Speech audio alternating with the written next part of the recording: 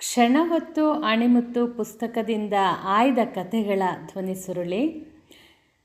ವಿಷಯ: ಸಕಾರಣವಿಲ್ಲದ ಆಚರಣೆಗಳನ್ನು ಬಿಡಲು ಇಂದು ಶುಭ ದಿನ.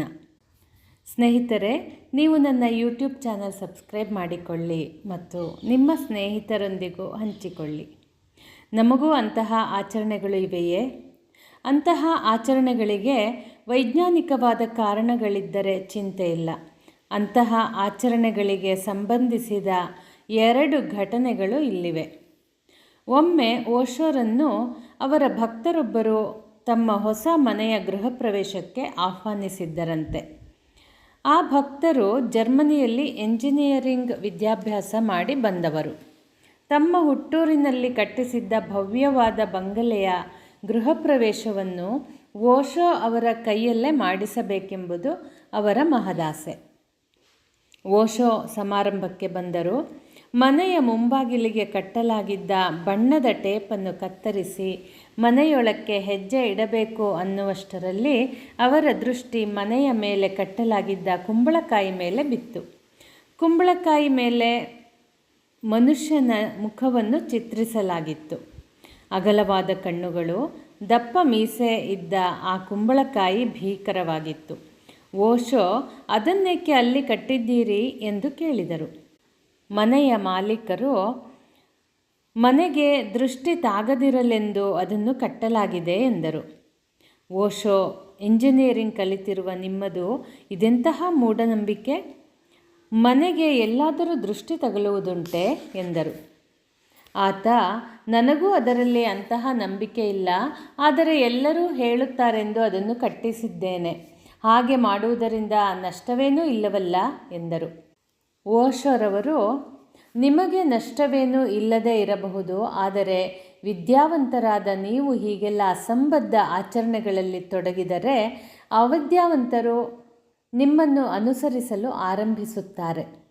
ಇಂತಹ ಮೂಢನಂಬಿಕೆಗಳು ಹೆಚ್ಚಾಗಲು ನೀವೇ ಕಾರಣರಾಗುತ್ತೀರಿ ಎಂದು ಹೇಳಿದರು. ಅವರ ಮಾತುಗಳಲ್ಲಿ ಜಿಗುಪ್ಸೆ ಎದ್ದು ಕಾಣುತ್ತಿತ್ತು. ಮತ್ತೊಮ್ಮೆ ಓಶೋ ಕಲ್ಕತ್ತೆಯ ಒಬ್ಬ ವೈದ್ಯರ ಮನೆಯಲ್ಲಿ ಬಿಡಾರ ಹೂಡಿದ್ದರು. ಉಪನ್ಯಾಸವನ್ನು ನೀಡಲು ಹೊರಟು ನಿಂತಾಗ ಆ ವೈದ್ಯರ 5-6 ವರ್ಷ ವಯಸ್ಸಿನ ಮಗಳು ಆಕ್ಷಿ ಎಂದು ಸೀನಿದಳು.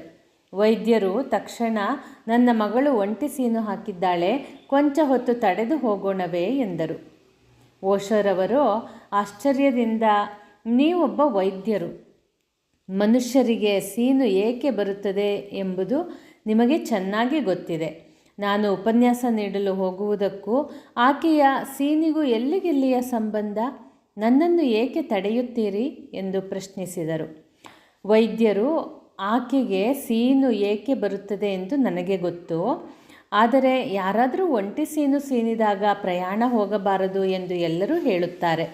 ಕೊಂಚ ತಡೆದು ಹೋಗುವುದರಿಂದ ಆಗುವ ನಷ್ಟವಾದರೂ ಏನು ಎಂದರಂತೆ.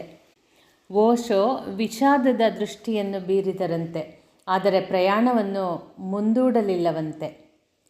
ವಿಚಾರಶೀಲರಾಗಿದ್ದ ಓಶೋರಿಗೆ ಪ್ರಣಾಮಗಳು. ಇಲ್ಲಿ ಕೇವಲ 2 ನಂಬಿಕೆಗಳ ಬಗ್ಗೆ ಪ್ರಸ್ತಾಪ ಮಾಡಲಾಗಿದೆ, ಆದರೆ ನಾವು ನೀವು ಇಂತಹ ಹಲವಾರು ಆಚರಣೆಗಳನ್ನು ಕಾಣುತ್ತೇವೆ. ರಾಹುಕಾಲದಲ್ಲಿ ಪ್ರಯಾಣ ಹೋಗಬಾರದು, ಮಂಗಳವಾರ ಮುಖಕ್ಷೌರ ಮಾಡಿಸಿಕೊಳ್ಳಬಾರದು, ಬೆಕ್ಕೋ ಹಾವೋ ಅಡ್ಡ ಬಂದರೆ ಮುಂದಕ್ಕೆ ಹೋಗಬಾರದು, ಎಲ್ಲಿಗೆ ಹೋಗುತ್ತೀರಿ ಎಂದು ಕೇಳಿದಾಗಲೋ ನಾನು ಬರುತ್ತೇನೆಂದು ಹೇಳಿದಾಗಲೂ ಪ್ರಯಾಣ ಹೋಗಬಾರದು. ಹೀಗೆ ಒಂದೇ ಎರಡೇ 100 ನಂಬಿಕೆಗಳನ್ನು ನಮ್ಮನ್ನು ಕಟ್ಟಿ ಹಾಕಿವೆ ಅಲ್ಲವೇ? ಬನ್ನಿ, ನಾವು ಕೇಳಿರುವ, ವಿಚಾರ ಮಾಡದೆ ಆಚರಿಸುತ್ತಿರುವ ಅಂತಹ ಆಚರಣೆಗಳ ಪಟ್ಟಿ ಮಾಡೋಣ. ಅವಕ್ಕೆ ಏನಾದರೂ ವೈಜ್ಞಾನಿಕ ಕಾರಣಗಳಿದ್ದರೆ ಅದನ್ನು ಆಚರಣೆಗೆ ತರುವುದರಲ್ಲಿ ತಪ್ಪೇನಿದೆ? ಹಾಗಿಲ್ಲದಿದ್ದರೆ ಅಂತಹ ಸಕಾರಣವಿಲ್ಲದ ಆಚರಣೆಗಳನ್ನು ಬಿಡುವುದಕ್ಕೆ ಇಂದು ಶುಭ ದಿನ. ಸ್ನೇಹಿತರೆ, ನೀವು ನನ್ನ ಯೂಟ್ಯೂಬ್ ಚಾನಲ್ ಸಬ್ಸ್ಕ್ರೈಬ್ ಮಾಡಿಕೊಳ್ಳಿ ಹಾಗೂ ನಿಮ್ಮ ಸ್ನೇಹಿತರೊಂದಿಗೂ ಹಂಚಿಕೊಳ್ಳಿ. ಧನ್ಯವಾದಗಳು.